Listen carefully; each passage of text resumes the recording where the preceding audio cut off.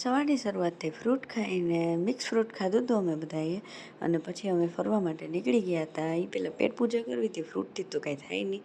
એટલે ઈડલી ને ચટણી ને એવું રસ્તામાં એક સ્ટ્રીટ ફૂડમાં સારું મળી ગયું હતું તો એ ખાધું અમે. ને જીજો તો પરસેવે રેપ જેપ થઈ ગયા હતા હો ભાઈ. અને પછી દરિયા કિનારોથી અમે નીકળી ગયા.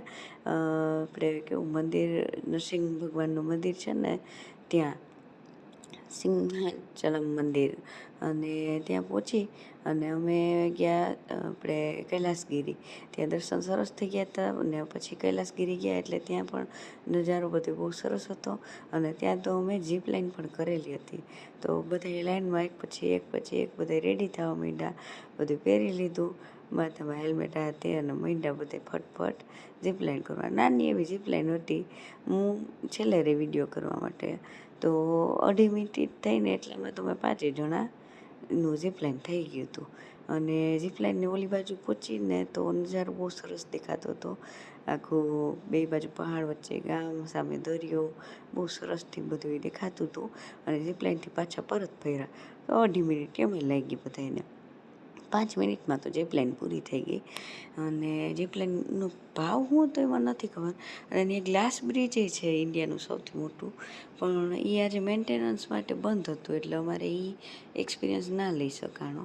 અને મારો અવાજ થોડોક બદલી ગયો છે હવે રખડીને. અને પછી જો બધા એવી રીતે જીપલાઇનનું થઈ ગયું પછી જીજુ કેટલી હું આ વળવાઈમાં લટકું હાલી કે ફોટો પાડી દે. તો જીજુ વળવાઈમાં લટકા પણ પગ બીજો મૂકવાની હિંમત નથી થતી કે વળી મારા વજનથી વળવાઈ તૂટી ન જાય. અને પછી અમે એક શાંતિ સ્તૂપા જોવા ગયા હતા. ત્યાં છે ને એ વિશાખાપટ્ટનમમાં. અને ત્યાં એક હતો ગાઈડ, એને બધું બતાવ્યું, સમજાવ્યું. અને પછી અહીંયાથી એક વ્યૂ પોઈન્ટ ગયા હતા. આખું સરસ મજાનો નજારો દેખાય આખા વિશાખાપટ્ટનમનો. અને પછી એક નેચરલ આર્ટ્સવાળું બીચ છે, નામ તો ભૂલી ગઈ હું. એ બીચે ગયા ને ત્યાં દીદી જીજુએ થોડોક વિડીયો બનાવવાની કોશિશ કરી, પણ દીદીના પગ ફિસલતા હતા એટલે એ સરસથી ફરી નહોતા શકતા. તો મેં કીધું લાવો સરસ ફોટા પાડી દો તમને લોકોને. તો એ લોકોએ મસ્ત ફોટા પડાવ્યા. અને મહેકને મારે ફોટો પાડવો હતો પણ જે જગ્યાએ પાડવો હતો ને બીજા આવતા હતા પ્રી વેડિંગ શૂટવાળાના અંતે. એટલે આપણું રહી ગયું. મેં કીધું ગોયરો તડકાને પછી મન ન થયું. તે બધા વહી ગયા ટાઢા થવા, નારિયેળ પાણી પીવા. નારિયેળ પાણી પી લીધું. અને જો મેં સવારે ઈડલી નારિયેળ પાણી ખાધું તો એક તાળીનું વૃક્ષ ઉપરથી એક ભાઈ ઓલ તાળ ઉતારતા હતા. એ લટકાવ્યા હોય ને માટલા એમાંથી તાળીનો રસ. તો અમે બધાએ કહે કે આપણે કોઈ દી ચાખ્યું નથી હો, હાલો ચાખીએ ખરી વળી તાળી કેવી હોય એમ. નહીં એનું જ કેવું હોય જીજુ?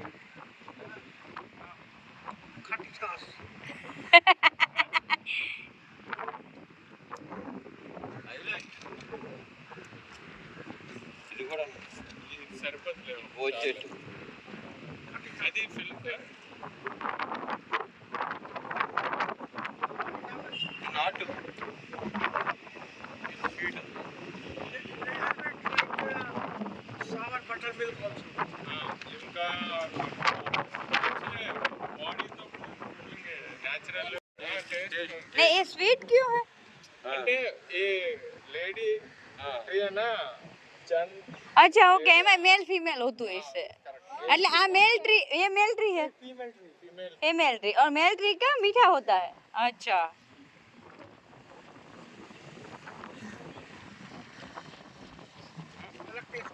हाँ ખાટી છાશ જેવું છે. टाइम लगेगा ना टेस्ट पकड़ो तो ना. આ પનીર ભુરજી, આ મેથી ચમન, આ નાન ને આ બોલા રાઈસ બિરયાની. એવું છે वेज है तो भैया सब वेजिटेरियन नॉन तो भले एक बार केवटी देख लिया पूरा सब वेजिटेरियन.